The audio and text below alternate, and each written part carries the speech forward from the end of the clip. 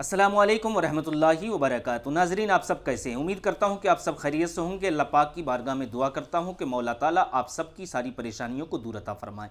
नाजरीन, आज की वीडियो में मैं आपको बताने वाला हूं गुस्ल करने का तरीका। लोग सवाल करते हैं और बहुत सारे लोग कंफ्यूज रहते हैं कि गुस्ल जो है खड़े होकर करना चाहिए या बैठकर करना चाहिए। तो इंशाअल्लाह आज की वीडियो में मैं ये बातें आप तक पहुंचाने वाला हूं कि गुस्ल खड़े होकर करना चाहिए या बैठकर करना चाहिए।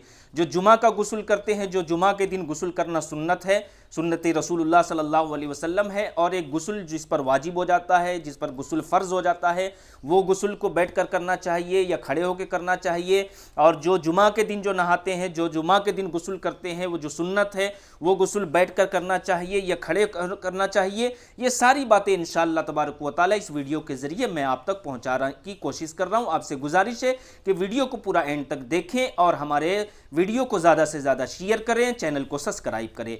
नाज़रीन किराम, चाहे जुमा के दिन का गुस्ल हो, चाहे गुस्ल जिसके ऊपर फ़र्ज़ हो गया हो, जिसके ऊपर वाजिब हो गया हो, चाहे कैसा भी गुस्ल हो, चाहे गर्मी की वजह से अगर आपको नहाना पड़ रहा है, गर्मी ज़्यादा है, आपको गुस्ल करना है इस वजह से हो, चाहे किसी भी तरीके से हो, ये याद रखिए जो गुस्ल के अंदर जो बातें फ़र्ज़ हैं, अच्छी तरीके से समझ लीजिए। जो गुस्ल में जो बातें फ़र्ज़ है, जैसा कि मैं आपको बता देता हूँ, गुस्ल में क्या है, 3 बातें फ़र्ज़ है। अगर आपने इस 3 बातों को पूरा कर लिया, पहला फ़र्ज़ क्या है गुस्ल के अंदर? पहला फ़र्ज़ है कुल्ली करना, यानी कुल्ली इस तरीके से करना है फ़र्ज़ में कि आपके पूरे मुंह के अंदर जो है पानी पुर्जे पुर्जे में पहुंचा देना है। 3 मरतबा गुस्ल के अंदर जो है कुल्ली करना, ये फ़र्ज़ है।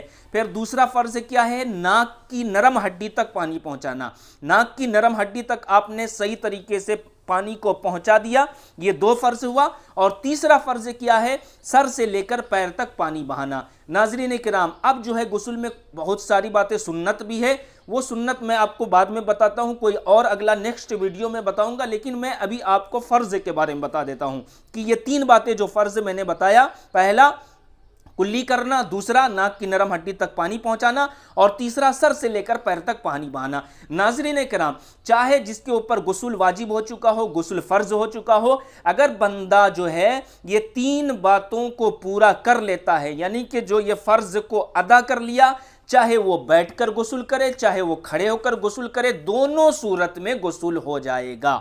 अच्छी तरीके से आप समझ लीजिए, चाहे वो गुस्ल बैठकर करे, चाहे गुस्ल खड़े होकर करे, दोनों सूरतों में उसका गुस्ल हो जाएगा। इसी तरीके से जिसके ऊपर गुस्ल फ़र्ज़ नहीं हुआ, गुस्ल वाजिब नहीं, बल्कि यूं ही उसे नहाना है, जैसा कि जुमा के दिन जो नहाना सुन्नत रसूल है। अगर आपने जुमा के दिन गुस्ल कर रहे हैं तो चाहे आप बैठकर गुस्ल करें, चाहे आप खड़े होकर करें, आप दोनों सूरतों में गुस्ल कर सकते हैं। इसी तरीके से अगर आपको गर्मी महसूस हो रही है, आपको नहाने का दिल कर रहा हो, आप जाएंगे वॉशरूम में नहाने के लिए, आप चाहे गुस्ल बैठकर करें, चाहे गुस्ल खड़े होकर करें, दोनों सूरतों में गुस्ल करना जायज़ है, आपका गुस्ल हो जाएगा। जी हाँ नाज़रीन किराम, अब आइए मैं आपको बताता हूँ कि नबी रहमत सल्लल्लाहु ताला अलैहि वसल्लम की अज़वाजे मुताहिरात, किताब के हवाले से बताता हूँ, नबी रहमत सल्लल्लाहु अलैहि वसल्लम की अज़वाजे मुताहिरात वो कहती हैं कि नबी रहमत सल्लल्लाहु ताला अलैहि वसल्लम जो है अक्सरियत जब भी गुस्ल किया करते थे तो आप सल्लल्लाहु अलैहि वसल्लम बैठ जाया करते थे। जी हाँ नाज़रीन किराम, यानी बैठकर आप सल्लल्लाहु अलैहि वसल्लम जो है गुस्ल किया करते थे। तो इस बात से ये पता चलता है कि बेहतर, जी हाँ नाजरीन, बेहतर जो है अगर आप बैठकर गुस्ल करें तो ये बेहतर तरीका है, क्योंकि नबी रहमत सल्लल्लाहु अलैहि वसल्लम बैठकर गुस्ल किया करते थे, तो ये बेहतर तरीका है। अगर आप खड़े होकर जो है गुस्ल कर रहे हैं तो शरीयत में पाबंदी नहीं है, आप खड़े होकर भी गुस्ल कर सकते हैं, लेकिन बेहतर तरीका यह है कि आप बैठकर गुस्ल करें, क्योंकि खुद मेरे आका सल्लल्लाहु अलैहि वसल्लम यानी उनकी बीवी कहती है कि हुजूर जब भी गुस्ल करते थे तो बैठकर गुस्ल किया करते थे। बैठकर गुस्ल करने में फ़ायदे भी हैं। जी हाँ नाज़रीन किराम, बैठकर गुस्ल करने में फ़ायदे हैं, और फ़ायदे क्या हैं कि खड़े होकर जब आप गुस्ल करेंगे तो आपका सितर खुला हुआ है। हालांकि ठीक है कि आप जो है वॉशरूम में बंद करके अच्छी तरीके से अपना रहे हैं, दुनिया का कोई आदमी नहीं देख रहा, घर वाले आपके नहीं देख रहे हैं, आप गेट बंद कर अच्छी तरीके से नहा रहे हैं, लेकिन फरिश्ते तो देख रहे हैं, अल्लाह के फरिश्ते तो देख रहे हैं। इसी वजह से कहा गया है कि बैठकर जो गुस्ल करता है उसमें सतर जो है ढक जाता है, कुछ सतर जो है ढका रहता है, और खड़े होकर जो गुस्ल करता है तो इसमें क्या है, पूरा सतर जो है दिखता है। लोग नहीं देखते हैं लेकिन अल्लाह के फरिश्ते ज़रूर देखते हैं। इसीलिए बताया गया कि आप जो है बैठकर गुस्ल करें तो बेहतर है।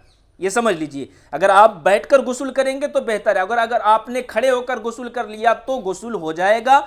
ऐसा नहीं है कि गुस्ल नहीं होगा, आप जो है नापाकी रहेंगे, ऐसा नहीं है। बैठकर भी गुस्ल कर सकते हैं, खड़े होकर भी गुस्ल कर सकते हैं, दोनों सूरतों में गुस्ल करना जो है जायज़ है। नाज़रीन इकराम, ये आपको मैंने बताया। एक मसला और भी मैं आपको बताता हुआ चलूं, ये याद रखिए, जब आप गुस्ल कर रहे हैं यानी नहा रहे हैं तो आपका रुख जो है वो किबला की तरफ नहीं होना चाहिए। ये मसला भी सुन लीजिए, आपका रुख, आपका चेहरा जो है वो किबला की तरफ नहीं होना चाहिए, आपका पुश्त यानी पीछे का भी हिस्सा जो है किबला की तरफ नहीं होना चाहिए। इससे परहेज करना चाहिए। आपका रुख, आपका पुश्त अगर किबला की तरफ होता है तो ये बेहतर नहीं है, ये सही तरीका नहीं है। ये समझ लीजिए, ये मसला था जो मैं आप तक पहुंचा दिया। नाज़रीन इकराम, आपसे गुजारिश है कि वीडियो को ज़्यादा से ज़्यादा शेयर करें, हमारे चैनल को ज़रूर सब्सक्राइब करें। अस्सलामु अलैकुम व रहमतुल्लाहि व बरकातुहू।